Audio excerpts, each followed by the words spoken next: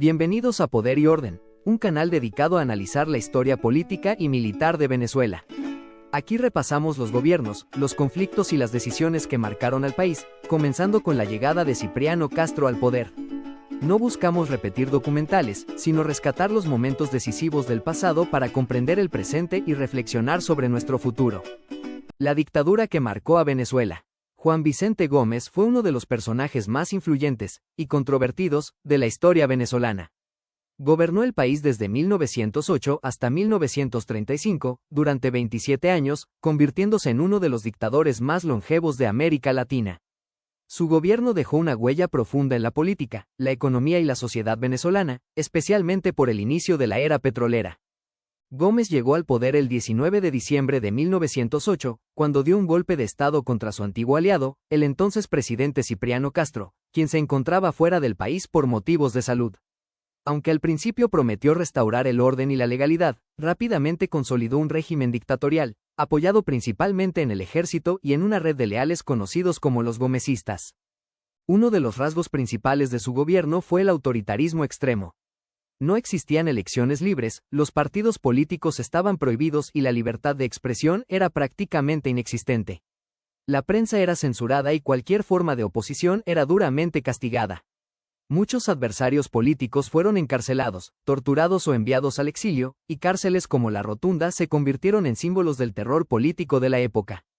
A pesar de la represión, el gobierno de Juan Vicente Gómez también representó un periodo de estabilidad política, algo poco común en Venezuela hasta ese momento, que había pasado décadas entre guerras civiles y caudillismo regional. Gómez logró centralizar el poder, someter a los caudillos locales y fortalecer el control del Estado sobre todo el territorio nacional, principalmente gracias al uso del ejército profesional.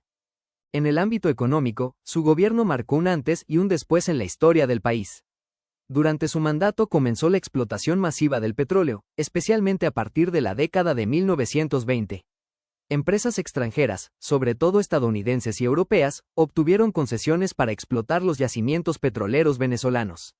Esto transformó a Venezuela de un país agrícola a una economía petrolera, sentando las bases del modelo económico que aún existe hoy. Gracias a los ingresos del petróleo, Gómez logró pagar la deuda externa, algo que fue muy celebrado en su momento, y acumuló grandes reservas de dinero.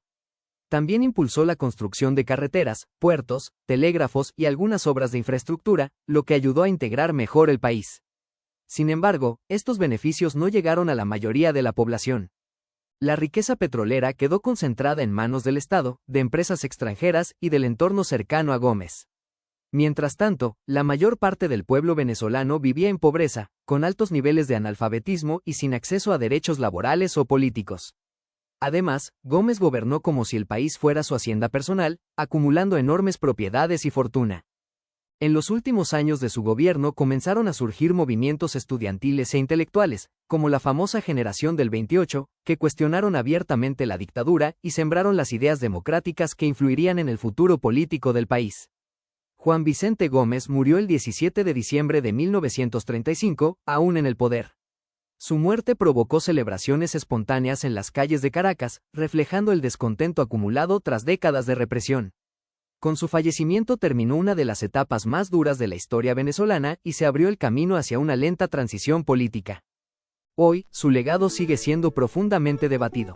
Algunos destacan el orden, la estabilidad y el inicio del desarrollo económico.